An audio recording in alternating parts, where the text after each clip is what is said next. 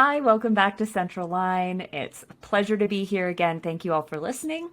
I'm your host, Katie Berlin, and I have two lovely guests with me today, both of whom are named Katherine, just like me. So it is Katherine to the third power on today's podcast. Dr. Katie Cutter and Katherine Medina, welcome to Central Line. Thanks for having us. You both work together, and I want to get into all of the stuff that you do, and it's super cool. I can't wait to talk about it. But first, would you mind just giving us a little bit of background about yourselves and why you're here? All right, so I'm Katherine. I'm a licensed veterinary technician. So I've been in the field for over a decade. I started out as a veterinary assistant and then progressed to getting my license after going to school and passing the state and national exam. I have a variety of experience from shelter to day practice and emergency specialty, which was my most recent prior to coming to BoosterPet. So you've seen a lot of corners of the profession then. I've seen a lot of corners of the profession. Yeah, for sure. That's good. That's good. That'll be relevant here shortly in a second. So, all right. Dr. Katie is back from answering the door. Sorry. Yeah, my dog was running down the road with someone who was walking her dog. Being the responsible veterinarian I am, right? So that's great. So tell us about yourself. Amidst all the chaos here. So I'm Dr. Katie Cutter. I'm a veterinarian, actually a veterinary ophthalmologist by training, and have been kind of in all facets of veterinary medicine, from specialty practice to teaching online courses for graduated veterinarians, to helping to run a conglomerate of boutique specialty practices that my husband and I started up. And through all these years in veterinary medicine, there's a lot of pain points that we've experienced both as clinic owners and just veterinarians ourselves. And through my career, we're just not seeing a lot of improvement on those pain points. So BoosterPet is kind of the birth child, if you will, of wanting to do better in the space for those who provide the services for veterinary industry. So that's it in a nutshell. Yeah, that is definitely a nutshell because there's a lot in there. I know. From our previous conversation, I know there's a lot inside that little nutshell, but we'll get to that. Before we jump in to talking more about BoosterPet and what it is that you both do and how different that is, I think, from the way a lot of people see practice life, I would love to ask you a question. We at AAHA have the guidelines that we put out a few times a year. So, we have, preventive care guidelines and canine vaccination guidelines and diabetes and all that stuff. And they're wonderful documents, but we started making little mascots for them. And so we have, if you've seen us at a conference recently, we were passing out stickers with these cute little mascots that are designed by the artist Lily Chin. They're adorable. Okay. So find us at a conference if you want some stickers. But they have a hashtag on them, and it says, "What guides you?" Because I think we all have something different that brought us this profession and that keeps us going. So I was wondering, in life or in vet med, Katherine, if you want to go first, what guides you? I think in life is just like, it's a hard goal. It seems basic, but it's hard. Like, I just want to be happy, right? So whether that's in like my personal life, my work life, it's not always going to be like rainbows and sunshine and puppies and kittens, but, looking at it as a whole, I want to make it as pleasurable as possible. With work, I think that being mentally stimulated, feeling like that you're making a difference or that your work matters is really important. And then currently in my position, I started out, working mobile with BoosterPet. Once we became bigger, I became the LBTVA manager. So I really like developing people. And popping up, these clinics, having new protocols, making sure that we're doing the best quality medicine, as well as like documenting and making sure that the owners have the information that they need to like continue to do good medicine with their pets is really important. So it's been a pleasure to be a part of that. Love that. I do too. Yeah, I mean, that's got to make you feel good, right? Katherine's awesome. Thanks. And Dr. Katie, what about you? God, that's a hard one. I would say probably what guides me most is I want to create positive change out in the world. Like when I, check out of this earth, I want the world to have been a better place because I was in it. And I know that sounds so cliche, but that's one of the guiding principles for kind of what I do professionally and things that I do personally. Um, and it's super stimulating, right? Because you get to look at, sometimes there's complex problems, but when you break them down in the root, like most complex problems are actually pretty simple. And just looking for creative solutions to kind of make that world a better place is really what is my true north, my guiding compass. Yeah, I love that that can be applied on such a macro or micro level, like you've created this group of practices that is changing the way that we see how we can practice medicine. I mean, really, the logistics of practicing medicine, and that is changing the world that you live in for the better. And then also, like, you could, buy someone a coffee when they're not expecting it, and they're going to remember that, and that changes their world for the better on that Right. day. So I love that. It's like it is a guiding light and a core principle that really you can apply pretty much anywhere, and you sleep better at night for sure. You do. Yeah. Well, thank you. I love that. I like to learn a little bit about people before we dive into the other stuff. Yeah. But BoosterPet really isn't other stuff for you. I mean, it's kind of like it's a key part of who you guys are and what you do now. It seems like, in your role as, a founder and CEO and the manager that you are now, Katherine, you probably spend a lot of time thinking about BoosterPet. Definitely So consumes a lot of conversations in my yeah, I bet. But I was just wondering, like, we haven't really talked about what BoosterPet is and how it's different. Would you mind sort of painting us a picture, Katie, of what it's like when you go into a BoosterPet hospital? Like, what are you going to see in the various areas of the hospital? Yeah. So I think, one of the importance before we walk through the clinic to distinguish is kind of the why behind Booster Pet, right? Because I don't think everyone necessarily gets it. Certainly people who have worked in the profession before get it. But, we have a relative shortage of veterinarians. And so that creates kind of an emotional kerfuffle, but also a logistical kerfuffle with seeing cases in the vet clinic. On top of that, we have very skilled paraprofessionals out there, our licensed veterinary technicians that oftentimes aren't utilized to the highest of their skill set.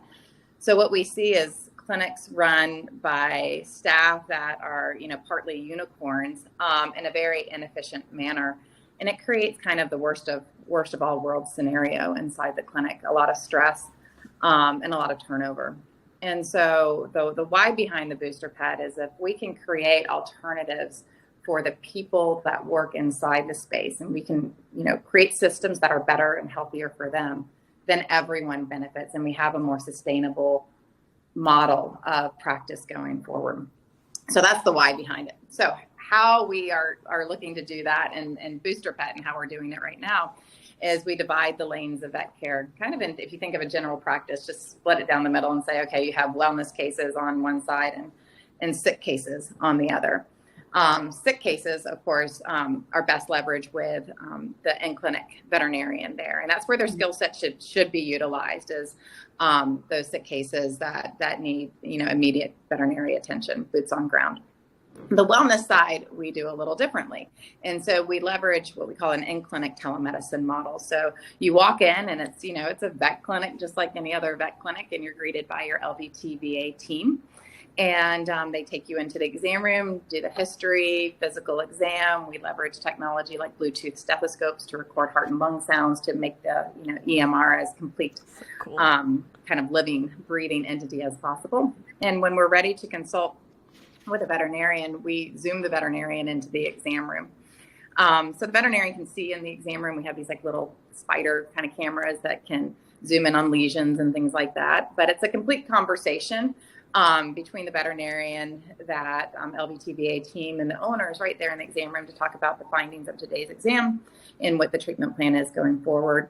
When that discussion's over, we're all on the same page. The veterinarian pieces out, hops on virtually into the next exam room, and that LVTVA team carry out the treatment plan. So it's just an efficient model for what we currently do with those exams. And keep in mind that these are, wellness cases. They're your, vaccinations, some itchy skin, just very basic stuff.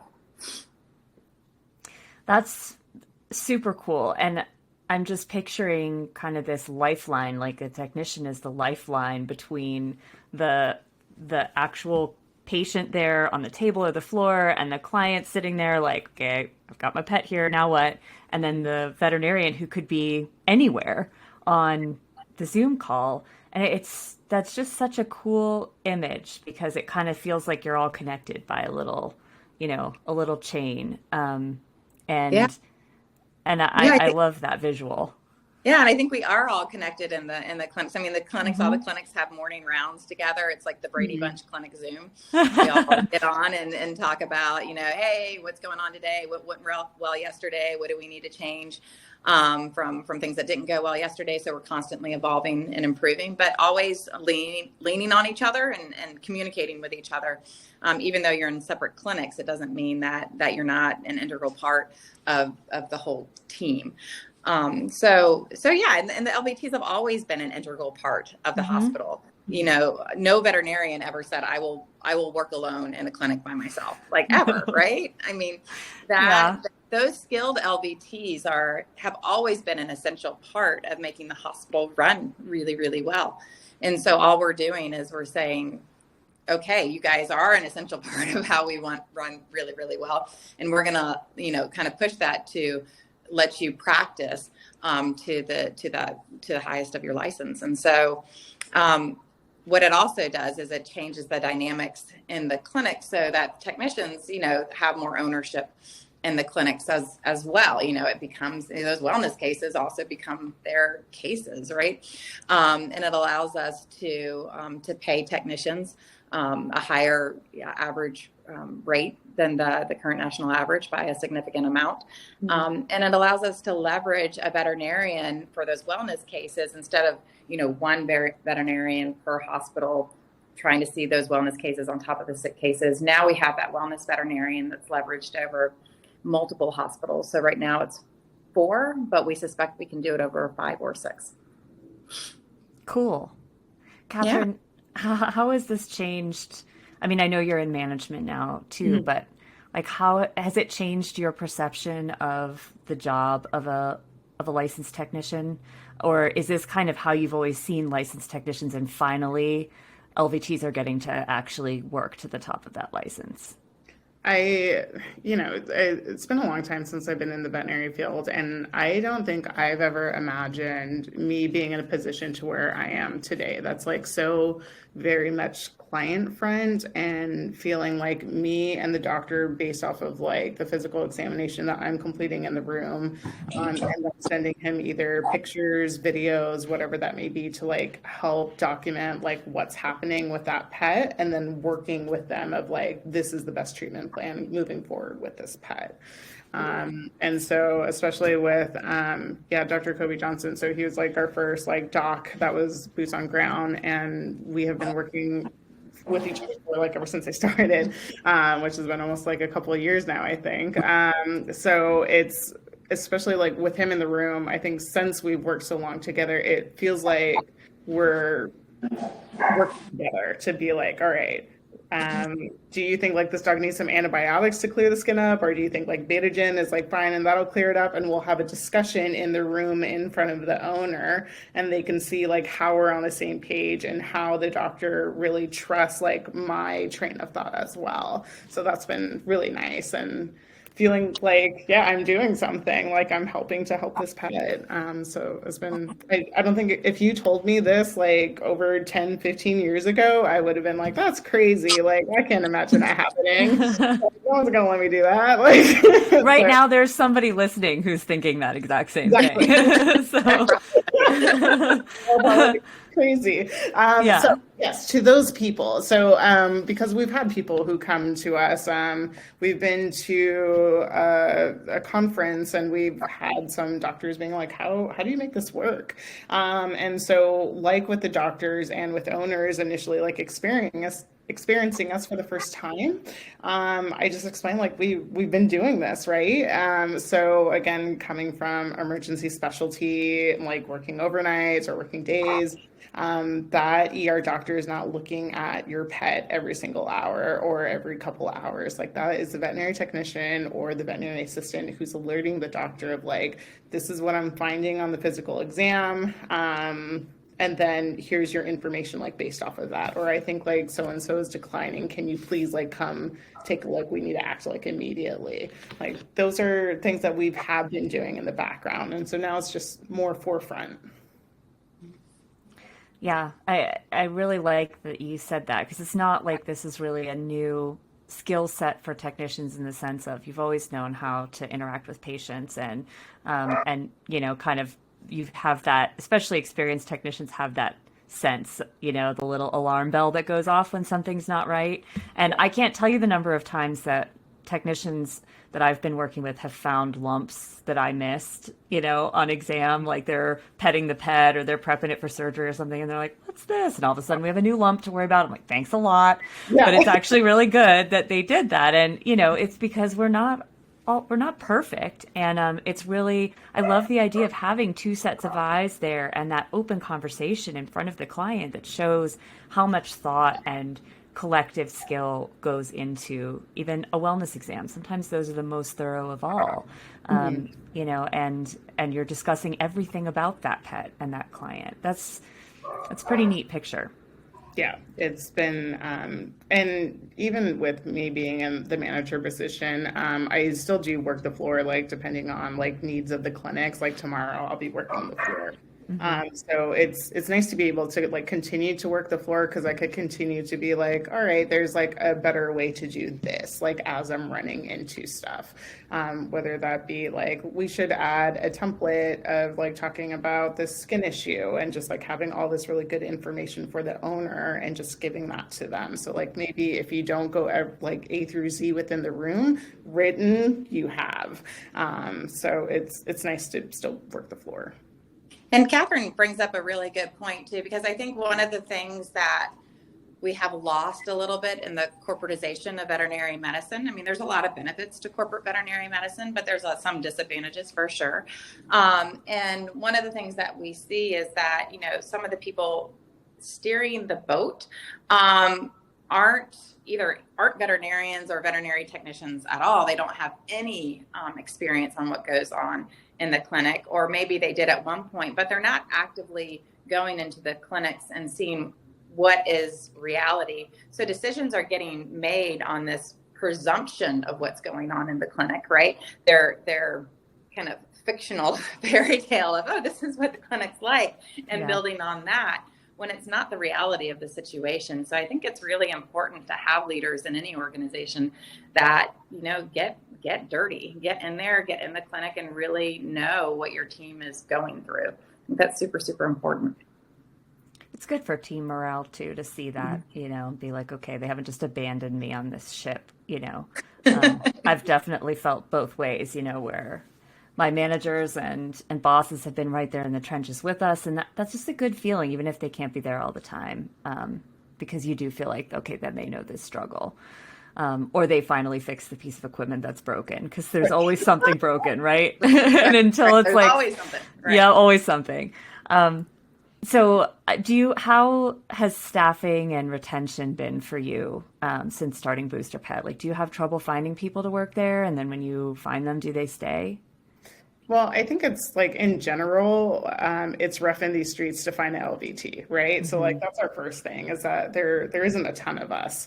But I feel like that when we do find an LVT, I think that we have a pretty good retention rate. Yeah, we don't have like any numbers on me, but the one thing that I feel is that people like working with us. So like that's good, right? So if for some reason, I think that we want to make sure that our like SOPs are being followed just because of the way that we are, and that we know that we're going to have more of a microscope on us because of the way that we roll. So it's really important that, like, yes, our medical notes are done. Yes, you did a really thorough exam.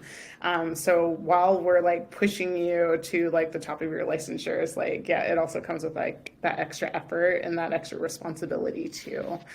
So that could be a different challenge, I think, sometimes when a technician is hearing it versus experiencing it. Katie, would you agree with that?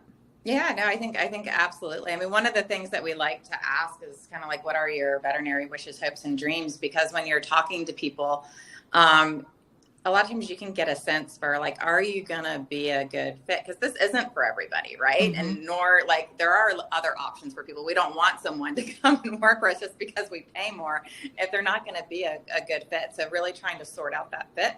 And are they comfortable doing our SOPs? Are they more of an urgent care tech versus a wellness tech, things like that. So really trying to put people in the right seat. I think we've done, and Katherine has been amazing at that, done a really good job at that. From the doctor standpoint, we've had great DVM retention. I don't think we're any better at recruiting in clinic doctors than anyone else. I mean, it's a hard field out there, right? Yeah. So I like to think like, we do. I mean, we are successful for sure, but I've learned not to toot my own horn, whatever it is. Don't do that with my horn, because it's a difficult field out there. I will say the easiest recruitment, like ever, is the telemedicine veterinarian. I think people are like, sign me up. Me, yeah. So we literally have more veterinarians in that capacity than we know what to do with. And as we grow, that's a great problem to have. Like how many veterinary clinics can say that they don't have enough roles for certain types of vets, right?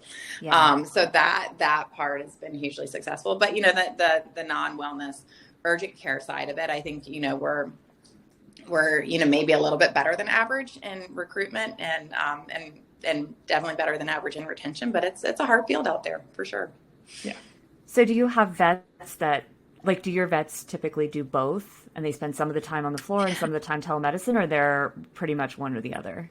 They're pretty much one or the other. I would say, we do have vets that do both, and it really just depends on the vets. And we've realized that like you are more than just your job, right? So everyone has different work-life balance needs, right? And we are very flexible and accommodating that. So we have some people that work 1 day a week for us, some people that work a couple days a month, others that are 3 days a week, some that are 4 days a week. And within that skill set, it's okay, or is urgent care your jam? Because it's the rare veterinarian where they're like, I love the urgent care cases and I want to do, healthy puppies and kitten vaccines all day, right? Like usually It's like one or the other. There are some vets out there that really do like both. And we utilize them in both capacities. But for the most part, I would say the vets tend to segregate themselves in what they prefer to do.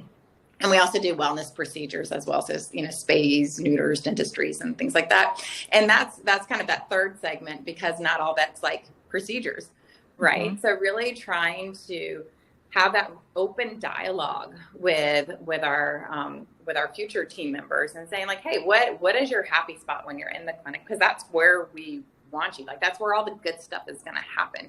So if you don't like doing procedures, why am I going to stick you in procedures all day? Like that's kind of ridiculous. If you love doing procedures, why would I not have you do that, right? So really trying to have those open conversations with our veterinarians and our staff, and just say like, what is it that really, really excites you every day? If you're a fan of Central Line, there's a good chance you're a super fan of VetMed. Well, I've got big news. AAHA Con, the ultimate event for veterinary superfans, is coming to San Diego, the home of the con, this September. Level up your skills, knowledge, and connection with more medical and scientific tracks, a killer keynote, and interactive learning experiences for the entire veterinary team. Early bird registration is open now. Visit aha.org/AAHACon. That's aha.org/AAHACON to learn more and save your spot. do you guys know StrengthsFinder? The StrengthsFinder We've assessment? done strengths unsuccessfully. Yeah. I mean, and it's cool because StrengthsFinder. So for people listening or watching, StrengthsFinder 2.0, I guess, is a book, and the book, talks about different types of different strengths that you can manifest in your personality. And there's a test that comes with it. So when you buy the book, you get a code, and then you take the test online, and then it tells you what your top 5 strengths are. And you kind of look at that as a way to say, okay, these are the things that I naturally gravitate towards or I excel at. And the idea is that then you try to play to your strengths and not like worry so much about why something's like your 20th strength instead of your second, like that's how collaboration works, right? And so listening to you, I love StrengthsFinder, and we do it at AAHA too. And one of my top strengths is maximizer, which is kind of like we're good at sort of putting people in the right positions. And I feel like Katherine, Katie said you were good at that too, is getting the right people in the right spots. And that really plays, it tugs at my heart a little bit to hear you say that as a veterinarian, you can do more of what you love and are naturally drawn to, and maybe not spend so much time beating yourself up for not being naturally good at something else, unless you really want to be good at it. And I fought that a lot myself, because vets are told we're supposed to be good at everything, right? Graduate vet school, you're supposed to be able to do everything. And it's not true. Right. Well, we're in this kind of crossroads too, I think. And this has been developing for a while, but we have new generations of vets that are coming out, which is that's great. We need young blood in this space. And with that comes generational transformation, right? So it used to be, years ago, the work week was a 5-day, sometimes 6-day work week. You were on call. Your days were 10, 12 hours, sometimes more. And that was just part of the job. That's just what you did. That's not where we should be looking towards for where we go forward. So I think a lot of the friction that we're feeling in the veterinary industry is also a generation of vets who are just like, hey, dude, I'm tired. I'm sick. Why would I do that? That's not what I'm signing up for, right? And they're giving the industry the hand and saying, like, no, that's not how this is going to roll. So work weeks are now 4 days, and for some people 3 days. Shift work and kind of that gig economy in veterinary medicine is becoming increasingly common. And so we have to be an adaptable industry, and certainly any tools and any collaborations that we can develop to make us more adaptable as an industry is going to benefit everyone as a whole. And so that utilizing the technicians to the top of their skill set, it's definitely healthier for the technicians. We can pay them more. They can have, a career path that didn't exist before, but it's healthy for everyone in the industry. Like, they're helping to fill some significant gaps that are there. And by filling those gaps, they're allowing then the veterinarians to drive that work-life balance change that they're seeking too. So it's like that, they go hand in hand together. Yeah. Yeah, I think our first, at least 4 technicians that we hired, we were joking that we were having a little LVT retirement home, because a lot of our LVTs were just burnt out. They were at the end of their line, and they're just I like the sound of that work-life balance of what you guys are preaching, and I want to experience that.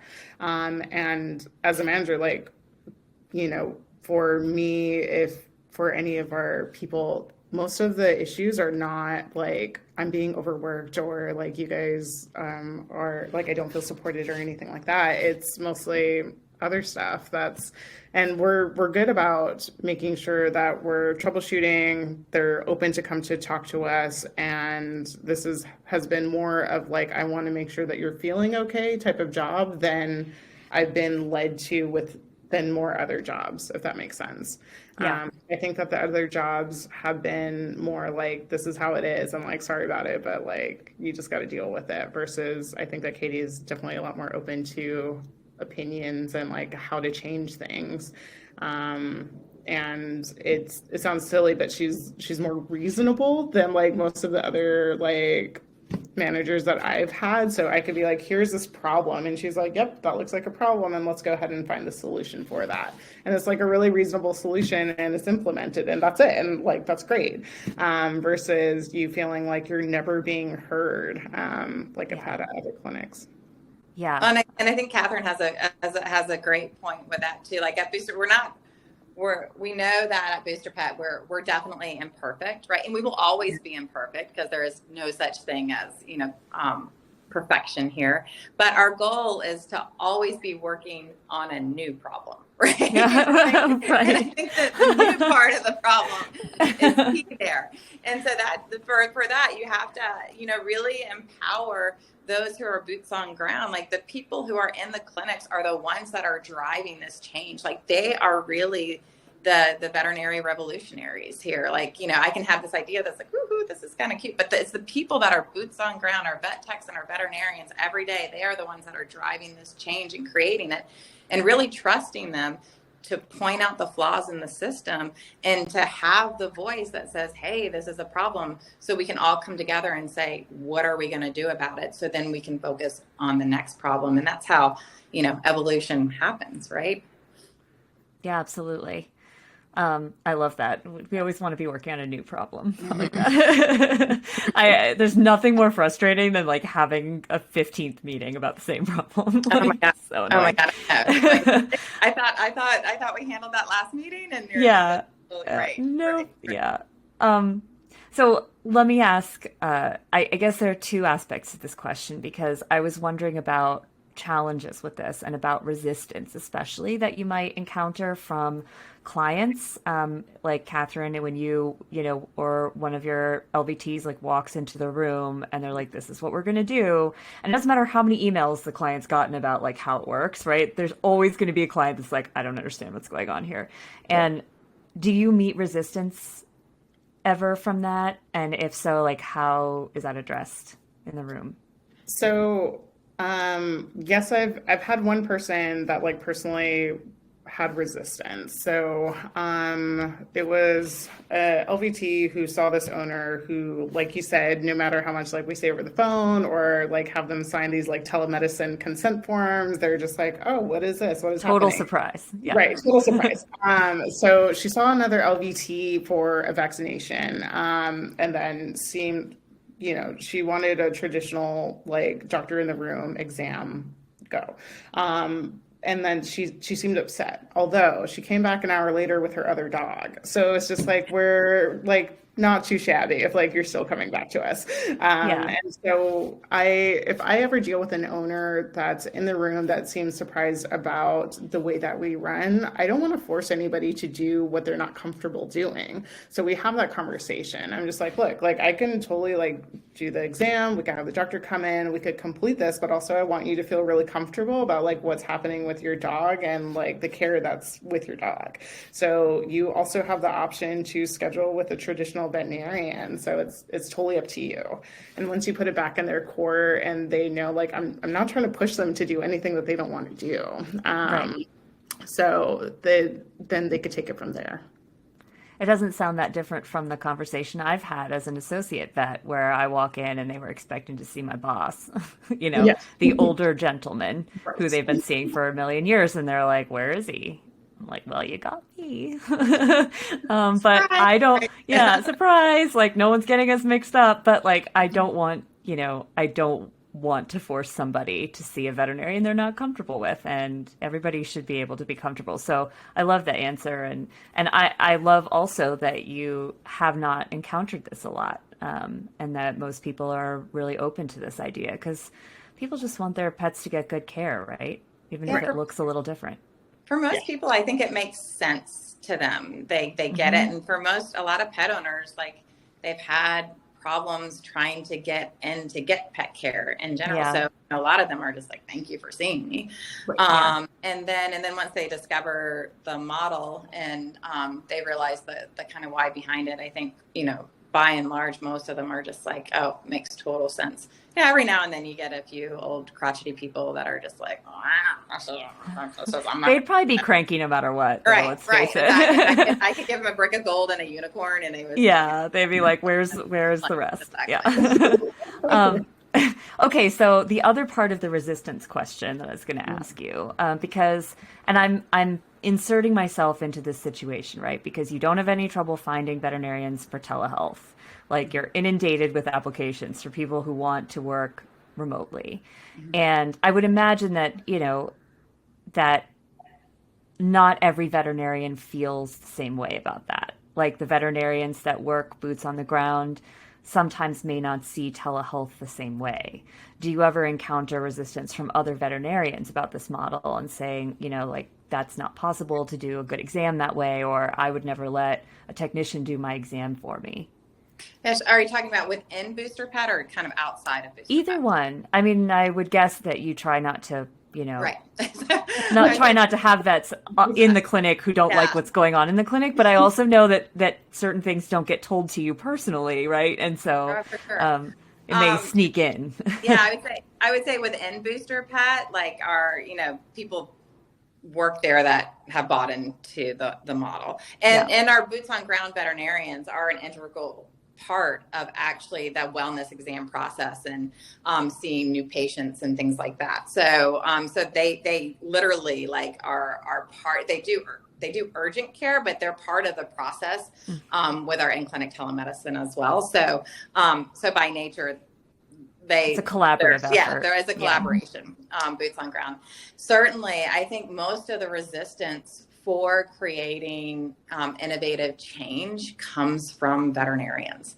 As a whole, and I hate to say this, but veterinarians don't trust other veterinarians. And it's a shame. And it's not a collaborative industry for sure. And it's a very much protectionism. You can have someone who's like, oh my God, I work 87 hours a week and I'm so tired, but you give them an option. Hey, here's this creative way where you could work less. Like, nah. But someone else might make some money in order to give you that. And all of a sudden it's like the world's on fire and how can you do that, right? I would say that, we have veterinarians that are outside of BoosterPet that are huge proponents of the model and are doing creative things in their own clinics that are awesome and similar, or sometimes awesome and different. And then there are veterinarians that don't want to see really any change in veterinary medicine, that are happy with the status quo and have a more protectionist standpoint. It almost gets a little competitive there as far as like who can be the busiest and who can suffer the most. I've seen those threads online of like the what do you mean, what's lunch threads, right. Where like somebody's like, do you get your scheduled lunch breaks? I'm just wondering. And everyone's like, lunch, and it's like all the comments are about how you don't get lunch and they haven't gotten lunch in 20 years. I'm like, I don't really think we should be competing over who doesn't get to eat lunch most. Right. Something's broken there. And I think what we forget is that, right now veterinarians hold a lot of the cards, but who ultimately holds the cards are the pet parents. Yeah. Right? And so we have got to come up with really creative, innovative solutions fairly quickly in order to serve the growing number of pet parents that are out there, and in order to serve this younger generation of veterinarians. And sometimes it's not younger, sometimes it's just older veterinarians who have come to their senses that want to maintain that work-life balance and work more efficiently in their veterinary career, kind of highlight the sweet spots that really makes them want to come to work every day, and balance that with who they are outside of the veterinary profession. So, there's naysayers, but I'm like Taylor Swift. They can, right. They don't have to work there. Right. That's right. Yeah, definitely. Change is tough. Change is tough for some people. Yeah, but we have to be it's Gandhi, right? Who said that we have to be the change that we want to see in the world, right? We can talk all day long about what change is needed in the vet space, but until people are willing to put innovation into reality into the clinical space and really push that forward, that change isn't going to happen. So we need progressives out there. I'm so proud of our LVTs, our VAs, and our veterinarians at BoosterPet, because they're just doing so much good out there. And I wish we had more people that were willing to innovate alongside us. Katherine, before we finish up here, I just wanted to ask you, as a manager now, this is kind of a question that I feel like we see a lot of people getting promoted into management in the field who don't necessarily have a lot of management training. They've just been there the longest, or they've had their license the longest, or they are the ones who speak up at meetings and are not afraid to have opinions. And those are all good reasons to, but they don't make a manager. And so I was wondering, just, out of curiosity, your management journey, did you want to be in a management role originally, and this was something you were always kind of aspiring to do? Did it kind of sneak up on you? And how have you gotten that management training and support that you need for that job? So I'm trying to think of when I first got my first supervisor position. So I think my first supervisor position was within a day practice. It was day practice as well as emergency. And so I was the day practice lead, but also surgery tech. So that was my first position. And I think they saw just a natural, I'm leading my day, I'm helping to guide people to do those things. So they're we need this position and we think that you'd be a good fit here. So at my last position, I was managing a emergency specialty center, which was overseeing maybe fluctuating 40-ish people prior to coming to BoosterPet.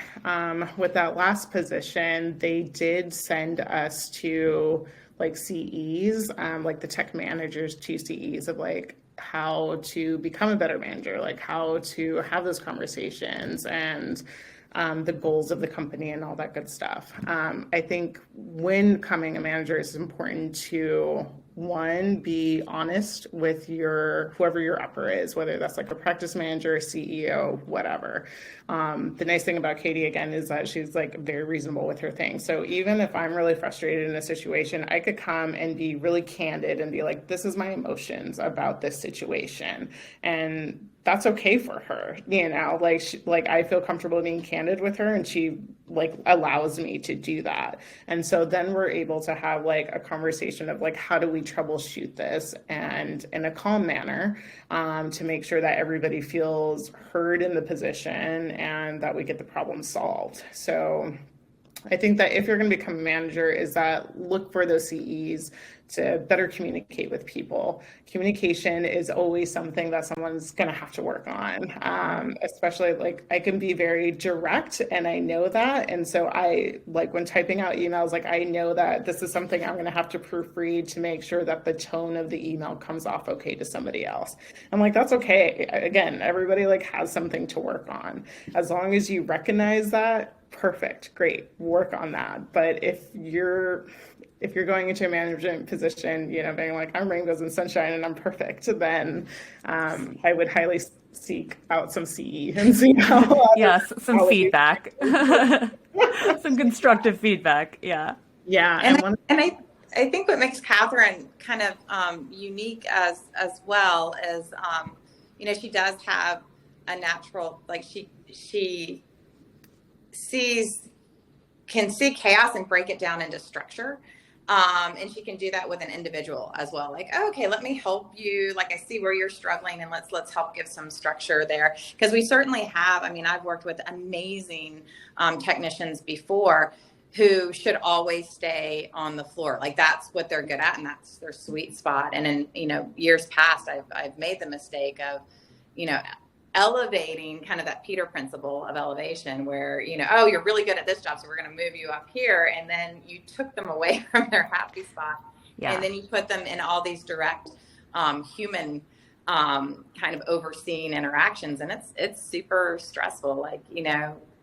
very rarely does Katherine get the phone call like, "Oh, everything's going great. Thank you so much. I just want you're amazing," and then hang up, right? Like you're usually dealing with the fire of the moment, right? And so you've gotta want to hold that space a little bit, and that's not for everybody. Right. Yeah. You have to be lenient with things and your opinions. Like, you're not always going to get whatever you think is right. But I think that if you can be able to look at the bigger picture, and have somebody to bounce off ideas with, like, I don't think that I could flourish as much as I can without having someone to bounce ideas off of, or like, how did that conversation go? How could I have improved that conversation? Those really need to be had to, like, continue to improve and grow and do all those good things. Totally agree. Yeah. It's very important to have that kind of relationship with colleagues as well as with your supervisor, where people can give you honest feedback and you can give it back. And that sounds so simple. And again, it's one of those things, right? You want to, it's like being happy, right? Yeah. Feedback is like being happy. It sounds so easy. You can say it in 2 seconds, and also it takes a lifetime probably to get really comfortable with. So well, and I think as an organization too, like, you have to go and actively seek feedback. I think organizations can get super lazy. One, they don't really want to know the negative feedback, because then like, that's another problem I have to add to my list, and it might actually distort my reality filter that I have going on up here, and I'm gonna have to change this whole process of things. But also we forget that giving feedback is uncomfortable for a lot of people. Like, a lot of people don't want to just sit there and call you up and kind of complain about something, but that's actually, those are your biggest growth opportunities as a company. So like, embrace the feedback, look at it as, this person cares enough about this organization that they want to see the change. And those are our biggest opportunities for growth. But as a company, you have to go and seek that, right? And you have to create environments where people feel comfortable giving you that feedback too. So it's always a work in progress, but I think it's really critical for veterinary clinics to set those environments up, so that their staff doesn't feel like they don't have a say, right? Love it. Okay. Well, I think we're ready to wrap up, and I have one fun question for us to wrap up with, because we've talked about a lot of deep stuff, which is very important. And now I want to know, do you guys have an embarrassing vet med story? This is like one of the most ripe fields with ways to embarrass ourselves, especially in front of clients. But I was just wondering. God. Okay. So I was working overnight with like one of the overnight crew just because we were understaffed. And then like a code happened, right? So she brings out the code and starts CPR. It's a cat. And I'm like, I'm going to help. So I run around the wet table and totally fall on my face, like twist my ankle and everything. And my coworker, who's still doing compression, she's like, let's get over, like, right, I don't have to worry about you too. What are you doing? And no. I was able to like limp, and we got the cat back. But I was just like, I'm super helpful. Like, for me. Let me help you focus on that very important job. For you, so sorry. Man. I really jacked up my ankle that day. Yeah, I had to rest it multiple days. So. That's awesome. Yeah. I'm not going to let you let that down, Right. Yeah. Remember that time? Right. Yeah. It's those clogged shoes. I never wore those. Oh yeah. No, the DACVO. Right. Yeah. No. I did. I had a coworker who was like telling me, she's like, "You're going to fall." And I'm like, "No, it's fine. It's okay." And then like messed myself up. Yeah. Okay, Katie. Oh my God. Too numerous to count, like the number of times I've put my foot in my mouth or done something inappropriate that I shouldn't have done. But I remember one of the experiences during my internship was I was on the surgery rotation, and we had this older gentleman from the city come up from New York City who took a cab ride up. It's like 4.5 hours up to Ithaca, right where the vet school is, and for his 20-something-year-old dog that had, I can't even remember the problem it had. So, and this guy was known in the school, like he periodically did this, and wasn't necessarily the most stable of personalities, right? And so they're like, Dr. Cutter, this is a great one for you. And so I like get my little lab coat on and open the door, and the gentleman, he's like, I don't know, 80-something years old, and he has his pants pulled down, right? And I'm just like, they did not go over this in vet school. I did not know what to do here. So I looked to make sure the dog was like away from the owner. I'm like, I don't know what's going on here. And I was like, I'm going to be back in about 3 minutes. And just left the room. Came back in 3 minutes. Pants were back on. But my pretend that didn't happen. Exactly. Just it didn't happen. We're just going to pretend it didn't happen. But my overseeing resident, who was a guy named Dan Mertens, he's so funny. So I came out and I was like, dude, you're not going to believe like what just happened. And he was like, well, did you pull your pants down? And he was like, rule number 1 is establish a common bonding with the client. And I was like, yeah. Fail. I'm out. Oh my gosh. Yeah, that's a good one. That's a good one. There's like, I feel like every day, and I mean, that's working in a service industry where you get to work with so many different people every day. There's something that happens where you're like, you just can't make this up. This is like, it's crazy town. Yeah. And you got to be able animals. to laugh. Right. Exactly. Yeah. Because like just when you think you're on top of your game, an animal will stick their foot down the back of your pants while you're standing up, yeah. I've had like anal glands on the face and like, just like the nastiest. Like, yeah. Exactly. There's so many gross stories too. I should make that a question one day. Mm-hmm. Tell me your grossest vet med story. Anyway, it can get pretty gory. So vet audiences can handle it. It won't be good for a pet owner podcast if we ever make one. But anyway, well, thank you for sharing. Yeah, that just brought back all sorts of other stories that I had blocked into my memory, things that I had chosen not to remember that I remember now. But thanks both of you for bringing those back. Welcome. We only right. Thank you both seriously for your time, for trying again, because this is try number 2 with tech issues intervening in try number 1. So appreciate you hanging in there and sharing your experience and all of the amazing ways that you're changing the way you work and the way maybe the whole industry will work one day. We just don't know, and we never know till we try.